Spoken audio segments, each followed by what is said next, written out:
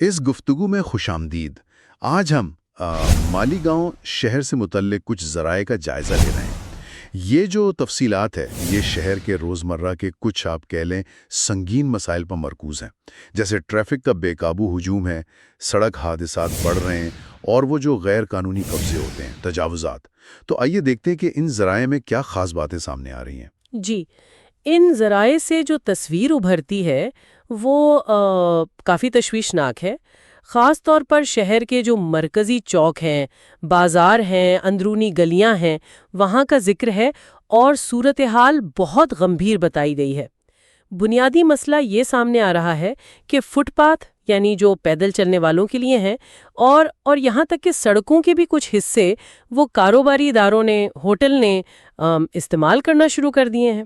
کہیں دکانوں کا سامان باہر پھیلا ہوا ہے، کہیں ہوٹلوں نے کرسیاں میزیں لگا رکھی ہیں۔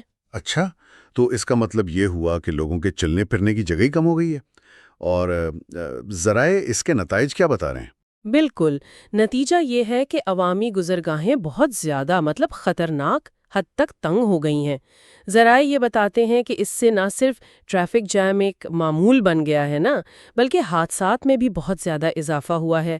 صورتحال اتنی خراب ہے کہ ان ذرائع کے مطابق شاید ہی کوئی دن ایسا گزرتا ہو جب شہر کے کسی نہ کسی کونے سے حادثے کی خبر نہ آتی ہو۔ چھوٹی موٹی ٹکر سے لے کر آپ سمجھیں زیادہ سنگین واقعات تک سب شامل ہیں۔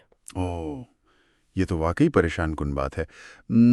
کیا ذرائع میں کسی خاص قسم کے حادثات کا زیادہ ذکر ہے یا یہ کہ کن جگہوں پر یہ زیادہ ہو رہا ہے؟ ہاں، کچھ مثالیں دی گئی ہیں، جیسے موٹر سائیکل سواروں کا آپس میں ٹکرا جانا وہ بہت عام بتایا گیا ہے، جو اکثر جگہ کی تنگی اور ظاہر ہے جلد بازی کی وجہ سے ہوتا ہے۔ ایک اور تشویشناک پہلو جس کی طرف اشارہ کیا گیا ہے وہ اسکول وینز سے متعلق واقعات ہیں، جہاں ذرائع کے مطابق بچوں کے زخمی ہونے کے واقعات بھی پیش آئے ہیں۔ اوہ خدایا! مصروف علاقوں میں بتایا جا رہا ہے۔ اور ان سب مسائل کی جڑ کیا بتائی گئی ہے؟ کیا یہ صرف انفراسٹرکچر کا مسئلہ ہے یا کچھ اور بھی؟ یہاں بات تھوڑی دلچسپ ہو جاتی ہے۔ ذرائع جو ہیں وہ بنیادی وجہ انتظامیہ سے زیادہ خود شہریوں کے رویے کو قرار دے رہے ہیں۔ اچھا، شہریوں کے رویے کو؟ جی، ایک تو ٹریفک قوانین کو کھلم کھلا نظر انداز کرنا، جیسے ون وے کی خلاف ورزی ہو گئی یا ہیلمٹ نہ پہننا، اور دوسری طرف یہ جو غیر قانونی تجاوزات ہیں ان کو ایک معمول کی چیز سمجھ لینا، گویا یہ کوئی بڑی بات ہی نہیں ہے۔ یعنی مسئلہ صرف قانون توڑنے کا نہیں ہے بلکہ اسے ایک طرح سے قبول کر لینے کا بھی ہے۔